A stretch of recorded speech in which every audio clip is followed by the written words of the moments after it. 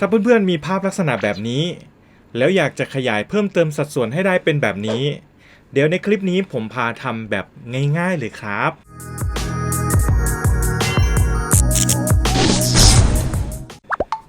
สวัสดีครับเพื่อนๆพบกับผมอีกแล้วครับกับนายต่อยักษ์ในช่อง About Boy สนมครับกลับมาพบกับเทคนิคการตัดต่อง่ายๆอีกแล้วครับวันนี้ Dream Miner ของ AI เนี่ยก็สามารถที่จะเพิ่มเติมสัดส่วนหรือว่าขยายให้ภาพมันดูมีมิติมากยิ่งขึ้นนั่นเองครับเดี๋ยวเราไปลงมือกันเลยดีกว่าครับ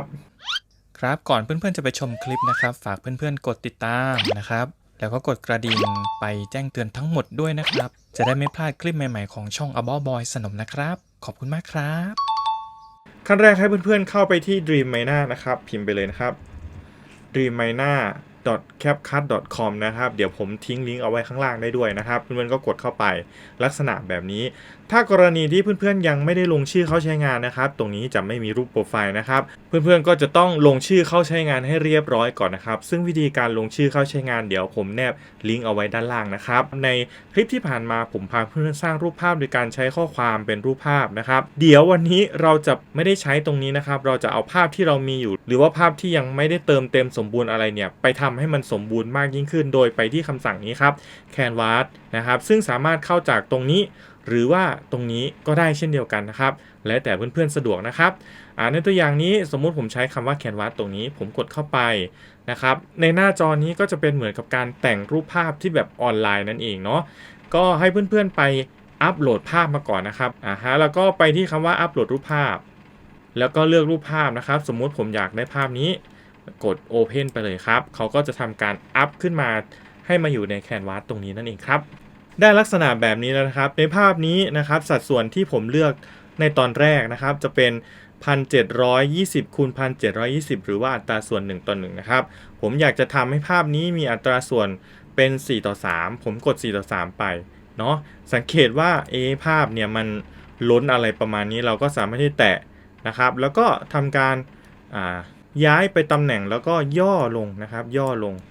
จำว่าตอนนี้ผมใช้4ต่อ3นะครับผมอยากให้มันอยู่ในอัตราส่วนที่4ต่อ3ผมก็เอามาไว้ลักษณะแบบนี้เนาะจากนั้นเราไปใช้คำสั่งนี้นะครับจะมีคำว่าขยายนะครับตรงนี้กดเข้าไปแล้วสังเกตนะครับว่าตอนแรกที่ผมใช้4ต่อ3ผมก็ต้องมาเลือก4ต่อ3อีกครั้งหนึ่งนะครับแต่ว่าเราอยากจะให้สังเกตดีๆหัวผมหายเนาะ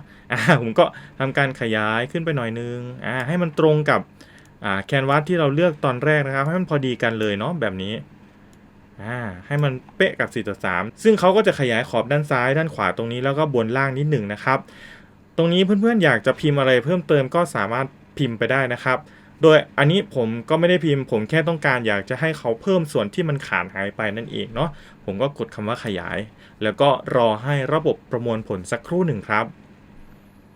สังเกตว่าเมื่อเราทำเสร็จเรียบร้อยแล้วนะครับตรงนี้เราก็กดคำว่าเสร็จสิ้นนะครับหรือถ้าเราอยากดูนะครับด้านล่างเขาจะทำมาให้ทั้งหมด4ภาพด้วยกันเพื่อนๆกดไปนะครับเขาก็จะมีการแต่งเติมแบ็กกราวด์ข้างหลังให้นะครับอันนี้ก็แล้วแต่เพื่อนๆชอบนะครับหรือว่าถ้าเรายังเลือกไม่ได้เรากดคำว่าเสร็จสิ้นไปก่อนนะครับและสังเกตตรงด้านขวานะครับจะมีเลเยอร์ให้เราดูนะครับว่าอยากได้อันไหนนะครับประมาณนี้เราก็สามารถเลือกได้เลยสมมติผมชอบรูปนี้นะครับหัวผมก็มีเว้นว่างนิดหนึ่งนะครับก็สามารถที่จะเอาไปใช้งานต่อได้นั่นเองครับถ้าสมมุติว่าเพื่อนๆอยากได้แค่ในส่วนของตัวเนี่ยเราก็สามารถที่จะลบพื้นหลังง่ายๆนะครับโดยไปที่คำว่าลบพื้นหลังตรงนี้แล้วก็รอสักครู่หนึ่งนะครับเขาก็จะทำการประมวลผลว่าอันไหนที่เป็นวัตถุอันไหนที่เป็นแบ็กกราวด์ข้างหลังนะครับในส่วนนี้เขาก็เลือกให้เราอัตโนมัติแล้วว่าเราจะเอาแค่ส่วนคนนะครับซึ่งตรงนี้ด้านล่างจะบอกว่าลบพื้นหลังใช้ทั้งหมด8เครดิตเราก็กดเข้าไปแล้วก็รอสักครู่หนึ่งนั่นเองครับตอนนี้เราก็ได้ภาพที่ไม่มีพื้นหลังเป็นที่เรียบร้อยแล้วนะครับเราก็กดคำว่าเสร็จสิ้นได้เลยเนาะจากนั้นเพื่อนๆอยากจะเอาภาพไปใช้งานเรากดที่คำว่าส่งออกนะครับมุมบนขวามันจะไม่ได้เป็นลูกศรชี้ขึ้นแล้วนะครับจะเป็นลูกศรชี้ลงเพื่อนๆกดส่งออกนะครับแล้วก็เลือกประเภทไฟล์ซึ่งถ้าอยากได้พื้นหลังโปร่งใสให้เลือกประเภทไฟล์เป็นคำว่า PNG นะครับในส่วนนี้ก็ไม่ต้องไปเลือกอะไรเนาะเราก็กดคำว่าดาวน์โหลดแล้วก็เขาจะให้เลือกพื้นที่สำหรับการเอาไฟล์ไปเก็บนะครับเสร็จแล้วกดคำว่าเซฟ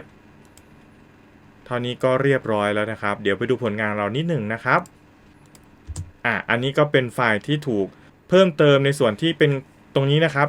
ตรงนี้หายไปแล้วก็ส่วนหัวนะครับก็มาแล้วผมก็ทำการลบพื้นหลังออกไปได้ด้วยนั่นเองครับซึ่งภาพนี้เพื่อนๆก็สามารถเอาไปต่อยอดในการทำปกคลิปหรือว่าเอาไปทำเป็นปกรายงานต่างๆตามที่เพื่อนๆต้องการได้เลยนั่นเองครับเมื่อเสร็จเรียบร้อยแล้วนะครับตรงนี้ถ้าเพื่อนๆอยากจะสร้างภาพใหม่นะครับเราก็สามารถที่จะกดคำว่าย้อนกลับ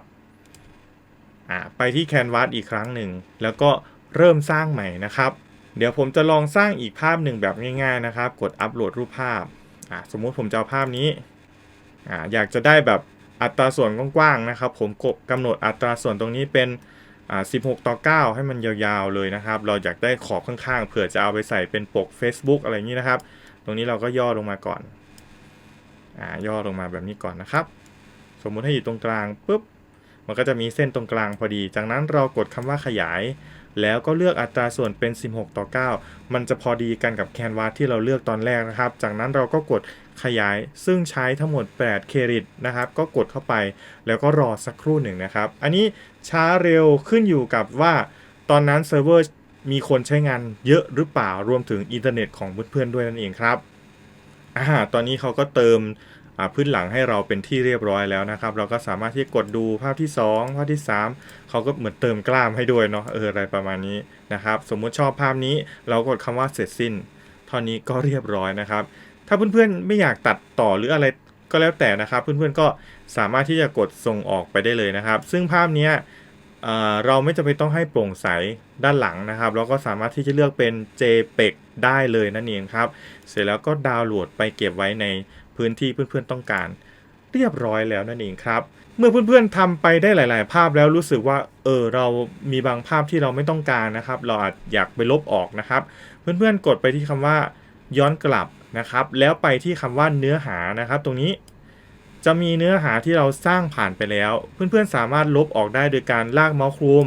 แล้วกดลบหรือเราจะลบทีละโปรเจกต์ก็ได้แล้วก็ไปที่จุด3จุดตรงนี้นะครับแล้วก็กดคำว่าลบนะครับซึ่งสามารถจะเปลี่ยนชื่อได้ด้วยนั่นเองครับแต่ว่าในคลิปนี้ผมไม่ได้ลบนะครับผมยังเก็บเอาไว้อยู่เนาะก็ประมาณนี้นั่นเองครับเพื่อนๆเป็นยังไงบ้างครับเพื่อนๆสำหรับการไปเพิ่มเติมสัดส่วนที่มันขาดหายไปจากการถ่ายภาพหรือว่าจากการทำภาพมานั่นเองครับมีส่วนแขนหายไปส่วนหัวมันแหว่งนิดนึงเราก็สามารถใช้ Dreamliner ในการเพิ่มสัดส่วนตรงนี้ได้เลยนั่นเองครับหวังว่าคลิปนี้จะเป็นประโยชน์ไม่มากก็น้อยนะครับถ้าชอบก็อย่าลืมกดไลค์